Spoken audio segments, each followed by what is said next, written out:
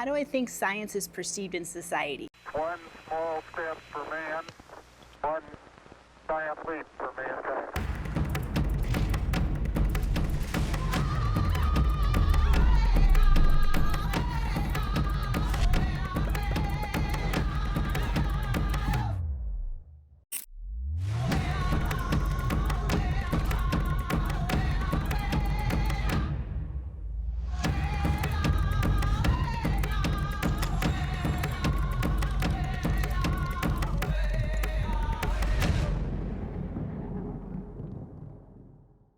I think that we love it. We love our gadgets. We love the great, new therapies when people are trying to deal with health issues. We love how it can explain all kinds of things in the natural world. I do think, however, that there are certain contexts that are more controversial. One of the things that's really striking is that when we ask people about new issues such as gene editing, either for humans or animal genetic engineering, people really have different views depending on the purpose or the context. For many people, science is a source of wonder. It's a source of discovery. Other people are a little frightened by science. They're worried about the pace of change, whether science will help them or make them lose control of their lives. By and large, the public looks at science as the goose that lays golden eggs. But we also live in a society where the results of science and innovation themselves bring with them a whole range of risks. I think science, like any human endeavor, is steeped in trust. There's definitely the data-driven side. We want to look at numbers. We want to say what they mean. But who gets to do that, and who gets to say what it means, and who gets to make decisions? Why should I listen to this expert and not this one? Science skepticism is not a knowledge deficit issue. It's much more complex than that. We need to understand that people's opinions are based on their values and their ideologies and preferences. Controversial issues are a great example of this. On issues like vaccination and climate change, some of the people who raise the biggest questions are actually quite knowledgeable. And so the questions are sometimes about, is the science right? And are sometimes about, are you guys really thinking about what the science means to someone like me? So just to give you one example, the idea of whether you favor or oppose mandating a childhood vaccines for measles, mumps, rubella is not connected with people's science knowledge level. Climate change isn't just about the data. The data is numbers are going up as far as, say, global temperatures. But, iceberg mass is going down. And I don't think that's the controversy. But what are we going to do about it? Hey, hey, hey, ho! Climate change is not so. Hey, hey, hey, ho! Climate change is not so. L'accord de Paris pour le climat est accepté. Fake news left and right. All fake news. Fake news. Fake news. The internet has really changed how science is perceived. Now we live in a world where information is everywhere, and so many people claim to be experts.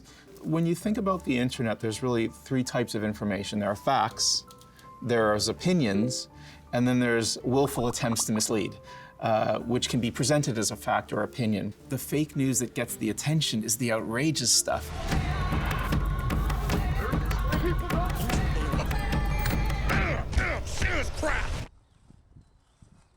There is the downside of the information technology revolution. I think for the public at large, the internet has become what one might call a truth instrument. The Google is the truth machine.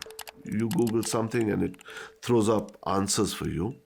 And the answers are not always validated. The Pew Research Center has done a lot of work to better understand the flow of information and potentially misinformation. One of the things we learned is that people are saying that they see science-related posts on social media, but they also say that they're skeptical about what they see. I think that there's a lot of positives to social media and the immediacy of information, but with that, there are legitimate concerns. There is so much information out there, is how to know what is factual, what is this. What we know today is that when people process new information, the emotions come first and the rest of the thinking comes later. It's a concept called motivated reasoning, and it explains why people love news articles that tell them what they already know and really are critical of articles that may be true, but that criticize something they believe in. One reaction might be, okay, I'm going to change what I'm doing, but another reaction is, are you sure you know what you're doing?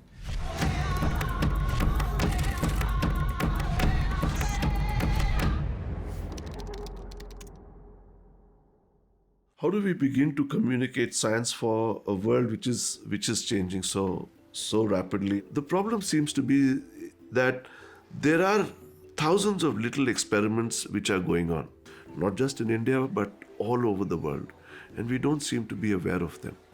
Science in daily life, science in local communities, indigenous scientific knowledge is in Africa and different parts of the world. There are 1,000 issues on which science needs to say something which impact on people's life.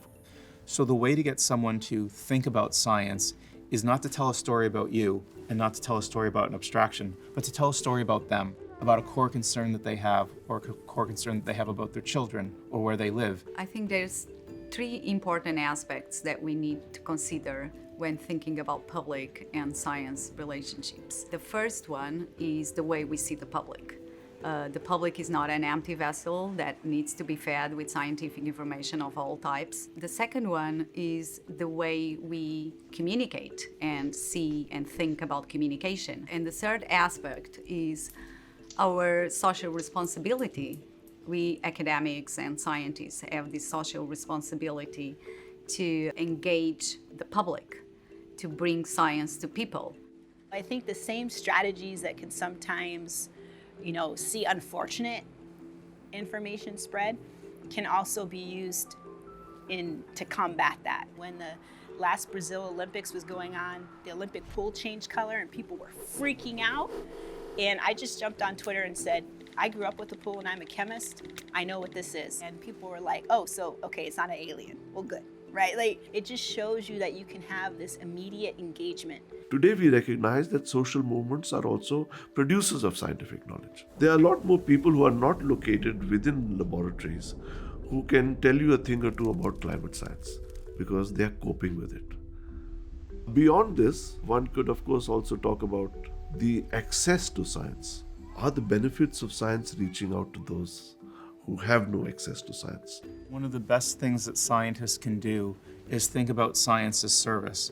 And then the question becomes, not do we talk more, but how do we serve more effectively? In other cases, it's going and listening to people and listening to what their concerns are and seeing what they see and then trying to determine if you can use the science that you know about to help them. Science and technology are often a key source of change for society. That's part of what you tend to forget, that as it's bringing new ideas and new developments, it's also bringing change. A lot of people tend to think that science is for scientists. Science is there, it's not for me. I have my job, and that's not part of my job. And this idea needs to be changed. 50 years ago, you wouldn't have seen scientists that look like me. And now I just look like everybody else that does science in my discipline. The face of science has really changed to reflect who we are. We're actually able to see that in new and great ways. There's still the mystery and the wonder of science, but now everybody gets to experience it. And that's what I hope that we get to.